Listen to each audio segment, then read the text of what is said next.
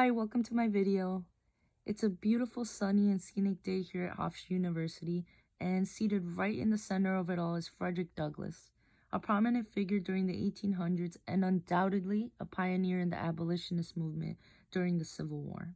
So diving a bit into Frederick Douglass's backstory, Frederick Douglass became the most important leader for the movement of African American civil rights in the 19th century. Being a former slave himself, Douglass taught himself how to read and write at a young age, and at 20 years old, he would run away from his captors in search of freedom. This search for freedom would eventually land him in New York City, where he would soon become a national leader of the abolitionist movement in Massachusetts and New York, a time during which he gained fame for his oratory and incisive anti-slavery writings. In his lifetime, among other things, he was a human rights advocate, a women's rights activist, the first Black U.S. Marshal, an orator, author, journalist, and social reformer. Okay, so for my local statue video, I chose to come to Hofstra University South Campus, where in this courtyard stands a 7-foot bronze statue of Frederick Douglass. Some information on the statue, right, and some history on Frederick Douglass himself. We see here, this was sculpted by Vinnie Bagwell. And it says, Frederick Douglass was one of the most prominent figures in African American and United States history. Enslaved at birth, he escaped and rose to become a principal leader in the abolition movement in the United States. Right, and then there's some other information about the statue. Get a closer look at the statue here. We see the plaque that has the sculptor's name on it. Right, I'm gonna come around here because I actually found this out from the plaque.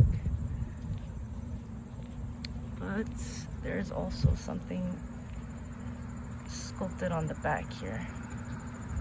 Okay, so back here was a widely circulated anti-slavery medallion that says, you can't really read it, but it says, "Am I not a man and a brother?" This medallion was in support of the abolition movement in the 19th century. Very widely circulated around that time. Back to the front of the statue here, and in Douglass's right hand he's holding the text to an 1883 speech that he delivered to mark the 20th anniversary of the Emancipation Proclamation, and the speech is continued on the pavement here. And on the paper itself, you can't really see where I'm standing from, but it says, "Until color shall cease to be a bar to equal participation in the offices and honor of the country, this discussion will go on." Right, so this concludes the end of my local statue video. Just one other thing, I only found this out just now doing some more research on the statue, but there used to be another statue, not exactly here, Thomas Jefferson one, on the other side of the campus, and there was a lot of controversy, and there's a lot of cars. And the reason there was a lot of controversy surrounding that Thomas Jefferson statue was because, well, given his history, he was a former slave owner and owned one of the largest plantations in Virginia at the time. I had been up for 20 years, and they just recently took it down in the wake of the George Floyd murders in 2020. In order to increase artistic diversity on campus, they introduced this Frederick Douglass statue, and it's been standing here ever since 2008. With all that being said, this now concludes the end of my local statue video.